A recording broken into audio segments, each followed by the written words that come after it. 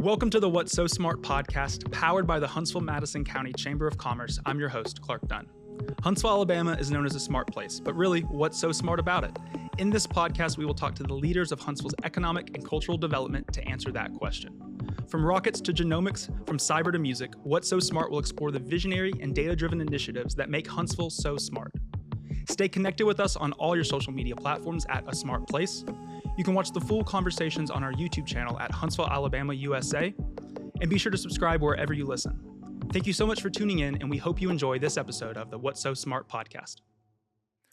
Welcome to the What's So Smart podcast. I'm super excited to have you here today. Would you like to introduce yourself, and we'll get started there? Oh, yeah. Well, thanks for having me. My name is Chuck Karr. I'm the president at the University of Alabama in Huntsville.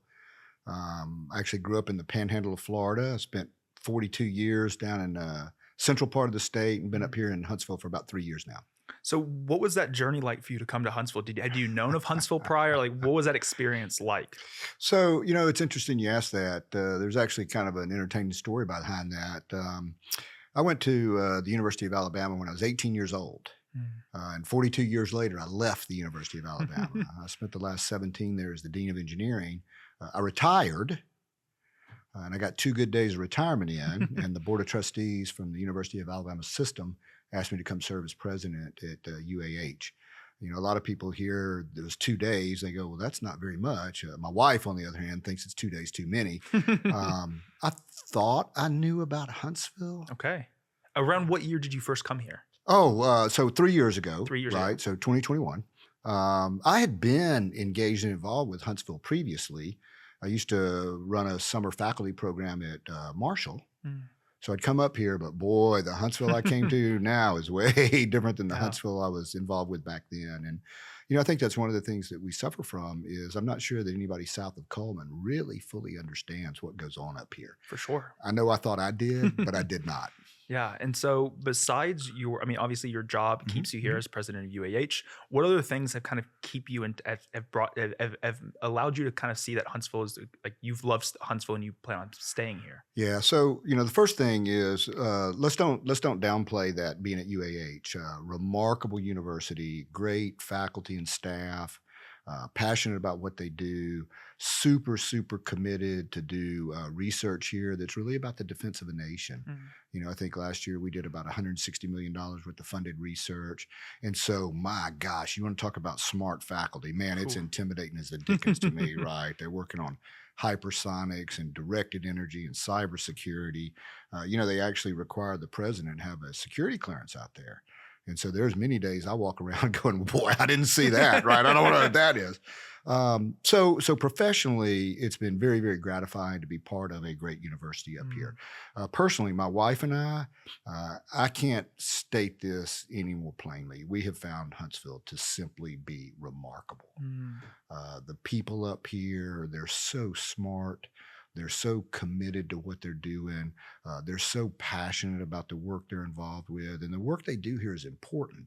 I mean, up here, you're talking about people that really are working on the defense of a nation and the exploration of other galaxies. Just the talent level of the people, certainly the working professionals. But, I've had many experience where, I sit down to somebody in a coffee shop and I start talking to them and they're retired general, right? Or, oh, yeah, I worked on the Apollo program. Wow. They've been very, very welcoming for us. The things to do in the community, just, from soup to nuts. And I'm sure we'll probably talk about that more later. But, I found Huntsville to be so relationship driven, right? It's about the people and being involved with them. It's for the largest city in Alabama, it's remarkable how much of a small town it still is. Yeah, and I think that collaborative nature that Huntsville has, even though it is at the size it is pretty impressive. So I'll tell you a story about the collaborative nature, right? So one day I came home from work and overheard my wife talking on the phone. It was somebody from Tuscaloosa, how y'all like it up there, right? And my wife said, let me tell you something. This place is different. She said, first of all, you got to understand it's competitive. She said, my gosh, everybody up here is a government contractor, whatever that is, right? And Clark wants to win. But as soon as Clark realizes he's not going to win, he wants Lindsay to win. And Lindsay wants to win. But if she can't win, she wants Kathy to win. Because people up here understand that keeping it in Huntsville is better for everybody. Mhm. And that collaborative spirit kind of runs all across the board. I mean, Mm. look at the relationship between, Tommy Battle and Mayor Finley and Mac McCutcheon. They work together to accomplish things. And, what was it? Ronald Reagan said, it's amazing what you can accomplish when you quit worrying about who's going to get the credit. Yeah, and I Uh, think that collaborative nature transcends any industry here. I think it's not that it's just seen in small business or just seen in government contracting or just seen in politics. It is that kind of bridges the gap between all of them. Yeah, I mean, I couldn't agree with you more. I've seen that, with the work that Jeff Sams and the Huntsville Hospital System does, and I think they really all work for the betterment of our community Mm. here, for our region. And it's just been impressive. And it's just been such a delight to be engaged and involved with. Yeah, talking about this community, obviously the community around UAH has grown. Mhm. Talk a little bit about what the intent was it when it was originally started, and kind of how that's evolved even throughout your last 3 years here. Yeah, so UAH was actually started back in the 60s. Originally, it was an research extension of the University of Alabama. In 1969, we became our own university. A lot of the beginnings of UAH were driven by Dr. Von Braun. Mm. Dr. Von Braun went down to the Alabama State Legislature and he says, hey, if we're going to the moon, I've got to have a research entity in Huntsville, Alabama.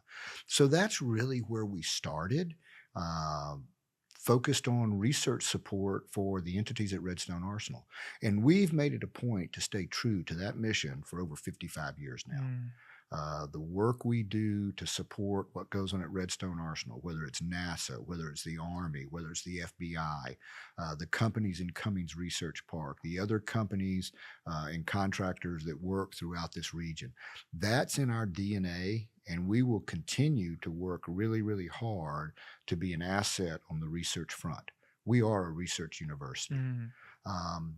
But looking forward, when I got here, I was struck that in the first year when I was here, if I heard this word once, I heard it 1,000 times. Workforce, right? Everybody up here needs workforce. So I believe it's really important that at UAH we be viewed as great corporate citizens in this community. And so one of the things that it seems logical to me is we need to grow our university. Mm. I think at one time, Huntsville as a community and the University of Alabama and Huntsville were kind of tracking along the same trajectory. Mm. And then Huntsville really took off. And at UAH, we got to get back on that Mm. pathway. So we need to grow the university. The problem is you can't just snap your fingers and say we want to grow.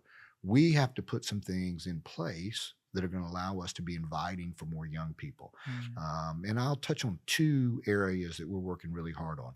One is facilities.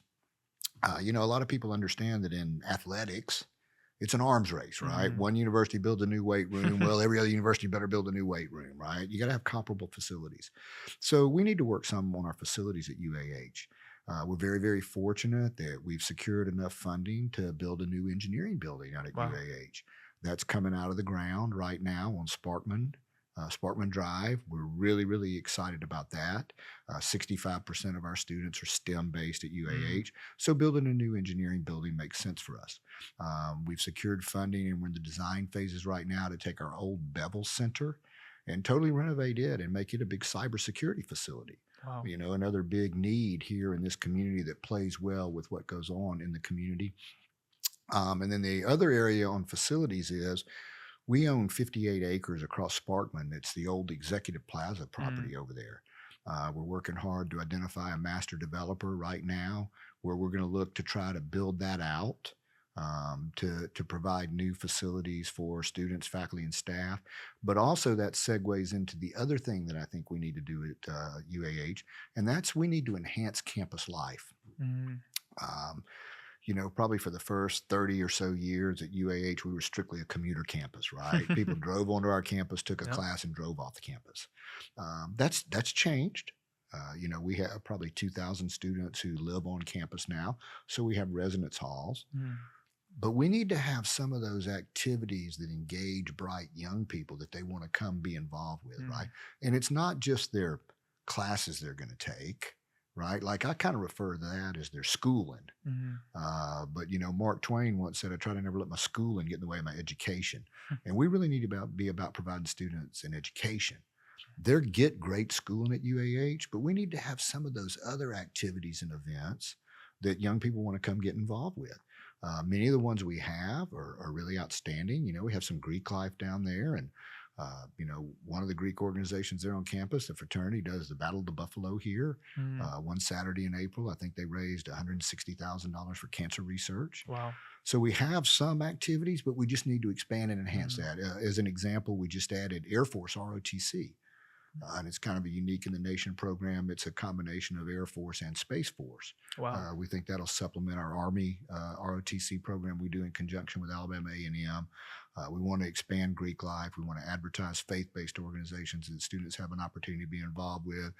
Maybe the best student organization on our campus is Space Hardware Club, where they actually go out and do rocket competitions and moon buggy competitions. And, we just want to have more of that and help young people understand about the opportunities here. Yeah. And I as a UAH alum myself, I was that commuter. I worked here in town as, throughout college and commuted onto campus for classes. Most of my UAH experience was online due to COVID. But it is interesting just to drive through the campus now and kind of see these new developments happening. And I think what's interesting and sometimes forgotten is that UAH is not just an engineering school. Talk a little bit about kind of how some of the even the College of Business that I was in, has amazing professors, amazing teachers, and then sets up the students for success. So really good news. The College of Business was able to survive your career there. Okay, they're still active and engaged. In fact, this morning we had a big breakfast where the business college kind of helped co-sponsor it, and we brought in a lot of business leaders from the state of Alabama. We had the president of the Business Council of Alabama there. We had several presidents of chambers of commerce, whether it be from over in Athens, Decatur, down to Hoover. There are great opportunities for young people in our College of Business. There are great opportunities for young people in our College of Nursing. One time I was kind of joking around with Jeff Sams, and he says, "I'll hire everybody in nursing college." And so Jeff's the CEO at Huntsville Hospital. And I said, "Jeff, you'd hire every one of our graduates?" He says, "I'll hire everybody in your college. I don't care if they've graduated or not," right? That's how in demand those graduates are. And they do a great job over there. College of Education, College of Arts, Humanities, Social Sciences. Our animation program is one of the better ones in the country. So there are tremendous opportunities over there. And, the other thing that I think you find is, you kind of think of Huntsville as a tech town. Like you think of UAH as a tech university. Well, my gosh, there's all kind of opportunities for internships. We have students who are doing internships at all the banks around, the financial institutions, the schools around here. So again, we want to be representative of our community at large.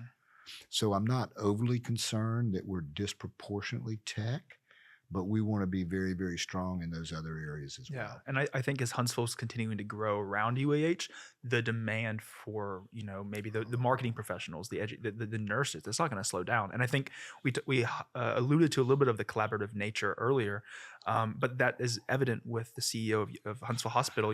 Hey, we want to partner with you to be successful. As your role as president, how do you foster collaboration, and what does it look like? Maybe on a is it a weekly thing? Is it a quarterly?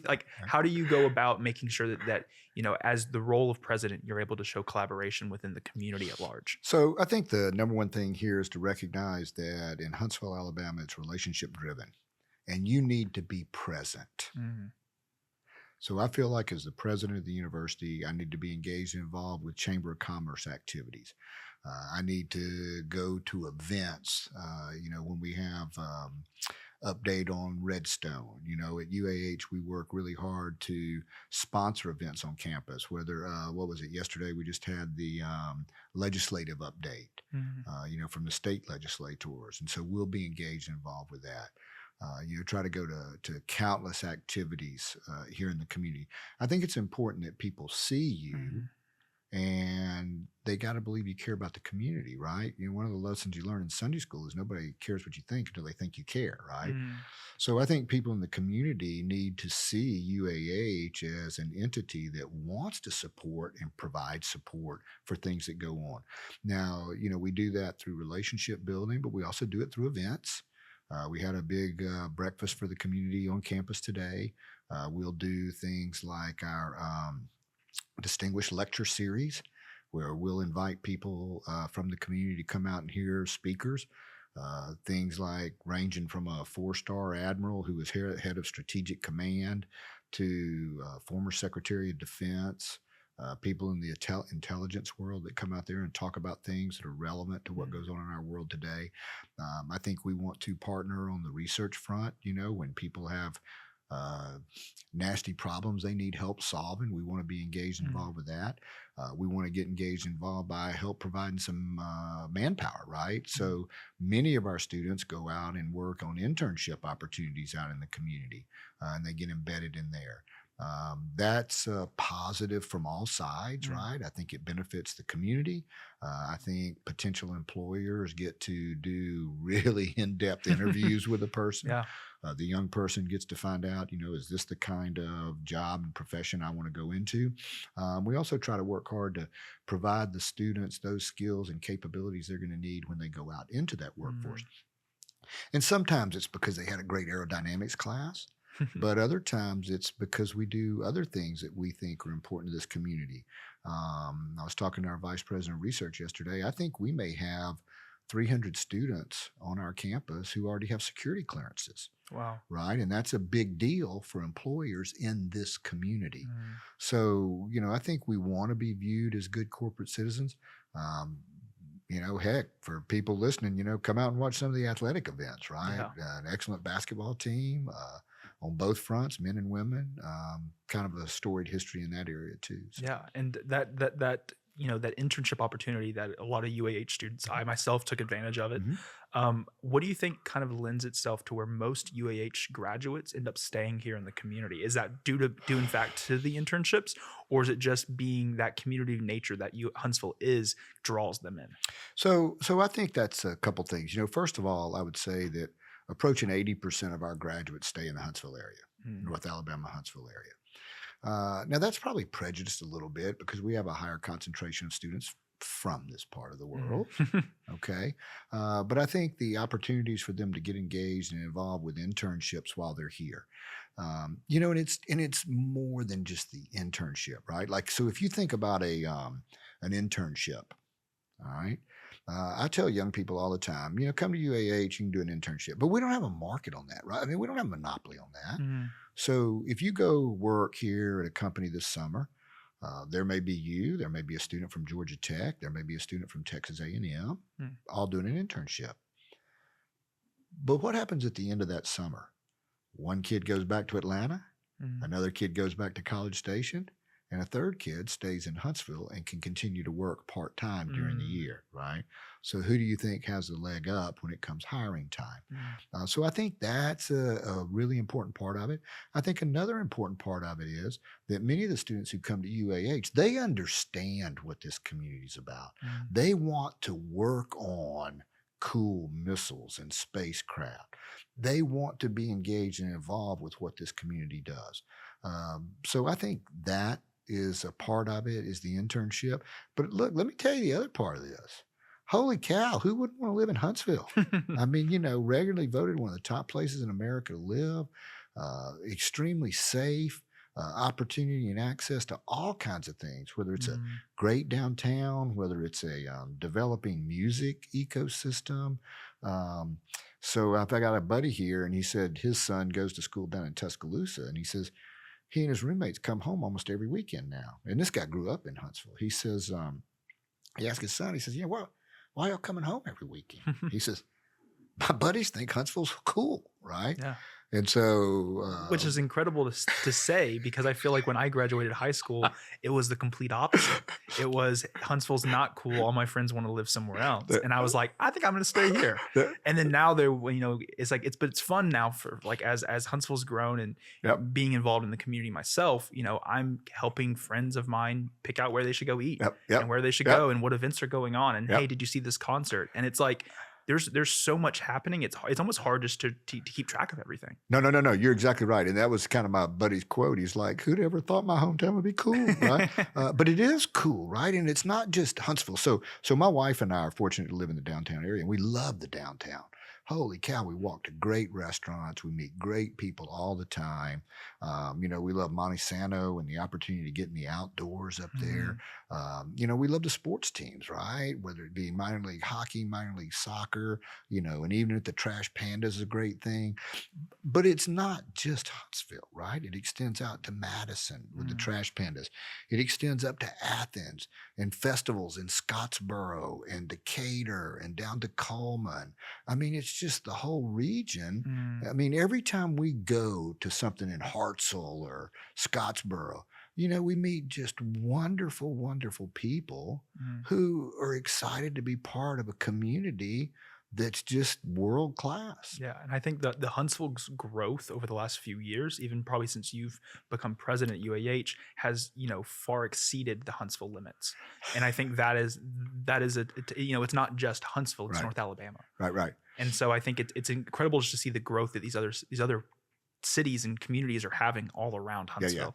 Well, I'll be honest with you. Having been up here for 3 years, it's not shocking to me that, I know some of you natives probably hate it that us interlopers are up here, right? You kind of want to keep the secret when you have to go out on 565 on Friday evening at 5 o'clock. But there's just so many neat things up here that I think people ought to be appreciative of. And I think they are, right? And I've lived in the South long enough to know that, although I feel like this is now my community, you folks who grew up here can tell me when I actually belong, right? I mean, I know that's the way it works. Yeah. So, I mean, as being the president of UAH, you probably have had some pretty cool experiences and stories to tell.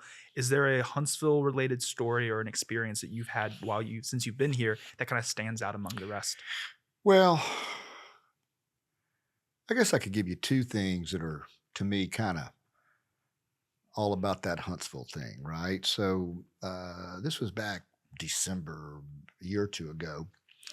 My wife and I found ourselves at Trash Panda Stadium.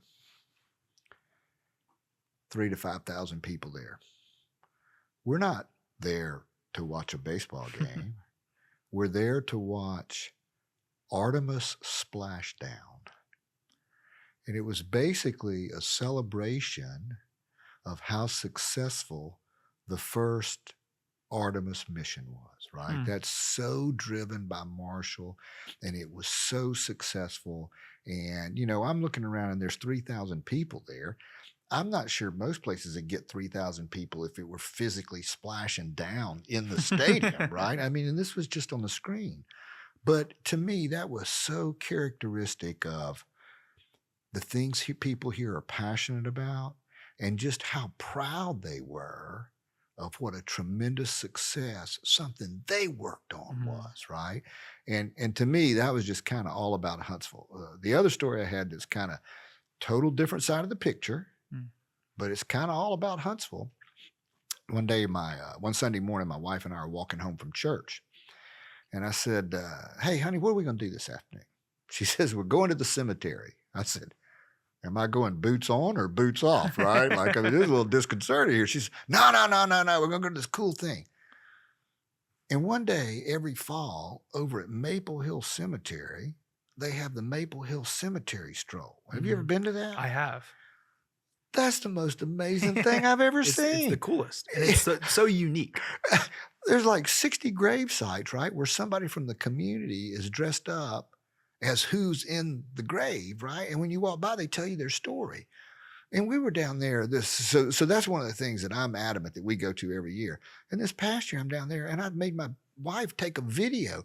There were literally thousands of people strolling through the cemetery, learning about their community's history from people who currently reside here, right? And I go to work a lot and then I come home and I don't really have any personal life or anything, right? So I asked my wife, I said, like, do all cemeteries do this? And she said, I've never really heard of it. I go, well, get Southern Living out here because this is the coolest thing ever. Yeah. And so, I mean, you, as we're getting into this new year, 2025, and your role as president of UAH and also just being a part of the community at large, what are you most excited to see either from the UAH perspective or also just from the Huntsville community's perspective? So at UAH, I want to see us continue to grow the university. I'm really looking forward to some facilities coming online. I'm very hopeful that we can continue to to get out and kind of spread our growing reputation as being an organization that really wants to be part of the community and being a contributing part of the community. With regard to Huntsville, I look forward to seeing our elected officials continue to work together. Because look, when you start talking about 15, 17 people a day moving to Huntsville, that starts putting some strain on some things. But gosh, what a great can-do spirit up here, right? To me, that's another part of what makes Huntsville just so remarkable.